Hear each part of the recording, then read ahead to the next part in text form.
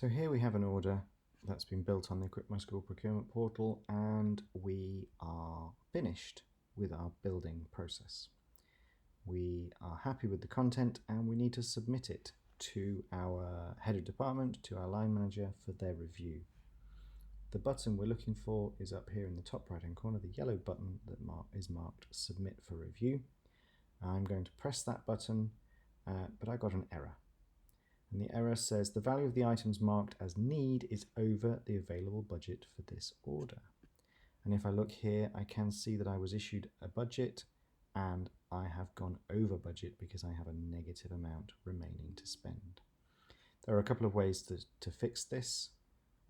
We can use the need and wish system.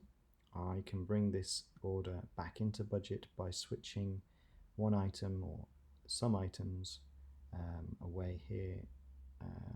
So a couple of items out of need into wish, which will bring my order into budget. That is one way to fix it. I would now be able to submit this for review. I could amend a quantity of an item to bring an order under budget, or possibly, depending on the way you work within school, you could have a conversation with your line manager, your head of department, to see if they could actually increase the budget for you so that you can then submit the order in budget. Whichever way you get your order in budget, once it's in budget and you submit the order, it will actually submit. You'll get some success messages here, and the submission button is replaced with this cancel submission button. That's your emergency lifeline if you submit the order by mistake before you've finished preparing your order. You have the opportunity to pull that submission back. That button is there until your line manager has done their work and approved the order.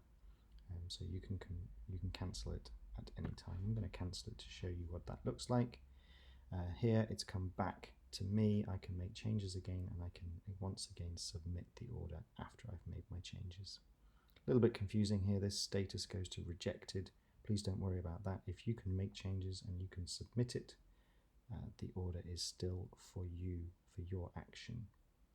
If you do get into a pickle, you can use the clock icon in the top here to look at the log on the order. I recommend you scroll all the way to the very end to read these last few comments down here, where you can actually see what we just did. I submitted the order for review and then I immediately recalled it. So that log shows you and confirms for you the state of this order. The other way of viewing it is thumbnails. This is really handy if you're about to submit it. You can take a look at the thumbnails to make sure that you're happy with the order before you